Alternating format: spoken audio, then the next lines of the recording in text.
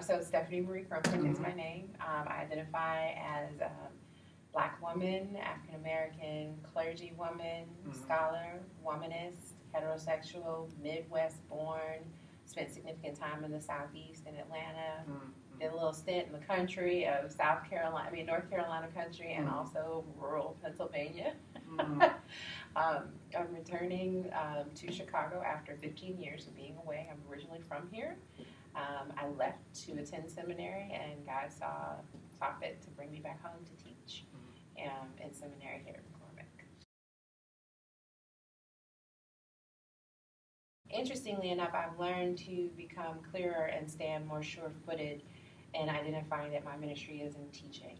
It's funny, I'll say that, and people are like, okay, but what's your real ministry? Like, what do you do for ministry? I'm like, okay, so you want me to work that job and but it's been a journey, right? So identifying my parish is classroom. Sure. The biggest focus of ministry, it really is around teaching and teaching pastoral care. I have a passion for self-care, so I would say that my life calling, God brought me into this world with the capacity, with the gifts, and which has then been enhanced with the skills to be a healer. And my vocation is as a teacher. It's hard. I think I'm struggling. Like, are the gifts of a Black woman different from the gifts of some other woman? And I feel like the answer is yes, but not necessarily better or worse. Right? Sure. So I think if we're working within the confines of the question, the gifts that I have as a Black woman, the gift is the positionality. What does it mean to interpret life from what it is to be Black and female? And sometimes it doesn't feel like a gift. Like sometimes you're like on fire. You're like, this is BS. And I don't know how gifted that is. I think that I can say the unique thing that I bring to the table in ministry as a Black woman is I'm going to start with my scholarship because I choose to be womanist. And that means certain things, not only for the topics that I'm interested in, but my categories of inquiry that inform how I read and how I write.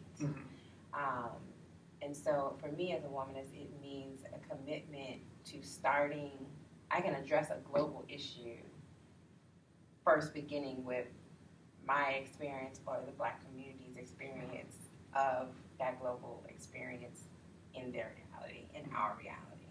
That's a unique perspective that no one else can bring to the table. Right? And so in my scholarship, that means that my methodology always asks the questions around race, class, gender, sexuality, ability as an intersectional web. And also the meaning I make out of what I see comes from my experience as a Black woman. And that's different from someone who's not a Black woman. And I think that is a gift, right? Yeah, the distinctiveness of what Black experience, Black reality brings to a conversation is the gift. And I really like being a Black woman. Like, some other people might not like that I'm a Black woman, but I, like some days I'm like, some days I'm like, dang, really sucks they did that because I'm Black and woman. But then I'm like, but I like being a Black woman. And I think that a part of the gift that I offer to global conversations or my scholarship or just one-on-one conversations is that I've been working on liking being a Black woman for a long time. Right? There have been parts, not to say that there aren't still moments where I struggle, but overridingly, I like being a Black woman. I like having dark skin. I like having curly hair. Like, even when my hair ain't acting right. Like, I like the hard-won victory of liking myself.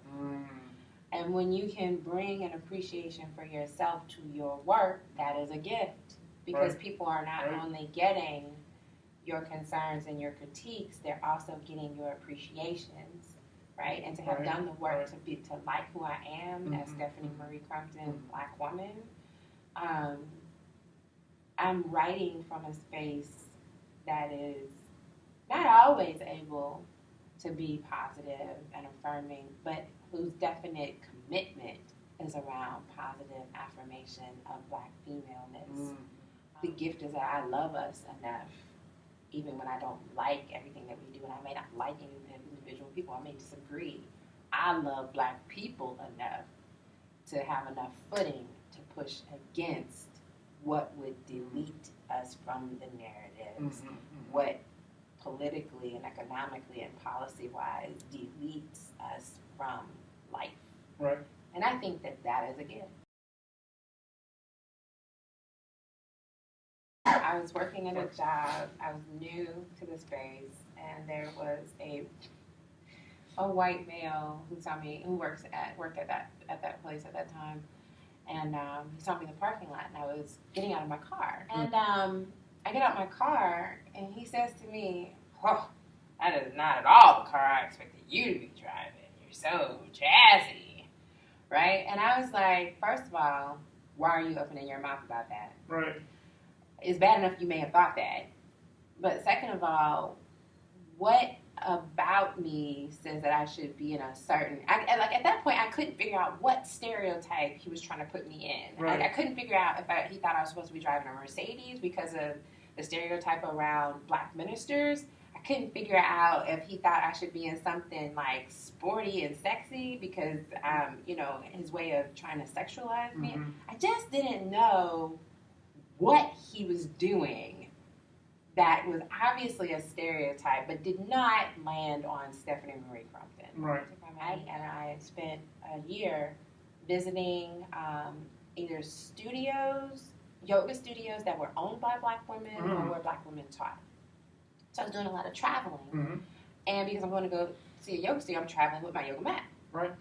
And so it was really interesting to watch myself play into this role, but then also watch people respond to me, this Black woman in yoga pants with a yoga mat over my shoulder. I'm just bopping along, just carefree, and it was interesting because somehow that mat made me acceptable and palatable. Like, she's a soft Black woman. Oh, no. Like, she's like India Arie-esque, right? And I recognized I played into that role. I was like, this is much easier. Sure. This makes my life a whole lot easier. Nobody's coming at me with all kinds of stuff. I have darker skin and natural hair, and a lot of people interpret that to be the sign for the angry Black woman. Right. But if you got a yoga mat and you're smiling, they're like, hey. I'm like, yes. White people of a certain class. Sure. Absolutely. See you with a yoga mat, there's an assumption that you're safer because you're doing yoga just in general. Right. But also there's a class piece in terms of, well, she's safer and she's probably educated and she has money to do this, so she's generally safe because she's going to play within the rules of acceptability and the politics of respectability. Right. Yoga, honestly, it does help me be more focused. Sure. When I'm angry, it helps me to tolerate. It actually helps me. Yoga has actually helped me to be able to navigate conflict in my body a lot easier because of the poses. Can I ask the question? Sure. How do Black people interpret you as a Black woman with a yoga mat? They are like, that's what's up. Really? Yeah. Okay, so they're very like. Black folks are like, they understand. I think that they become curious about what I'm doing with it and what it's doing for me. They'll say, I've heard a lot about it, but I don't know. Sometimes Black Christians are like, hold on, yoga, ain't that Buddha thing? What y'all doing? Hindu, they got too many guys up there, so there can be a little bit of skepticism. But, at Trinity, my church, there's a yoga ministry. Wonderful. So a lot of people actually are fairly interested in affirming because they've heard so much about the health benefits, or they become curious, right? And then when I start talking about it, they're like, oh. Right. But some are like, I didn't even know Black people did that. Right. Sure. Like, I didn't know that was a thing for Black folks. Yeah. Right? I took this year of study with Black women yoga instructors. It makes a difference who's in the room and who's teaching. And then I went to a class that was a retreat led by a Black woman And there were 90%, 99% black women in the room. There were a couple of white people, male and female. And it made a difference. The bodies in the room made a difference. And so I think most people are hearing about what black people are doing with yoga and honestly gravitating towards it in terms of trying to like not lose it, in terms of facing all of the trauma, the microaggressions. Sure.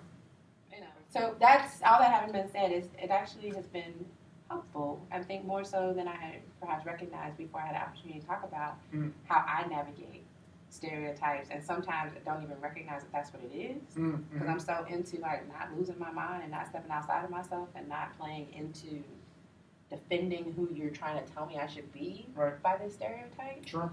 That I think that that's how I'm engaging it.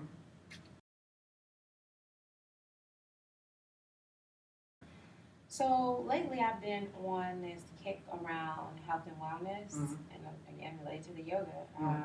I'm tired of seeing us tired and not well.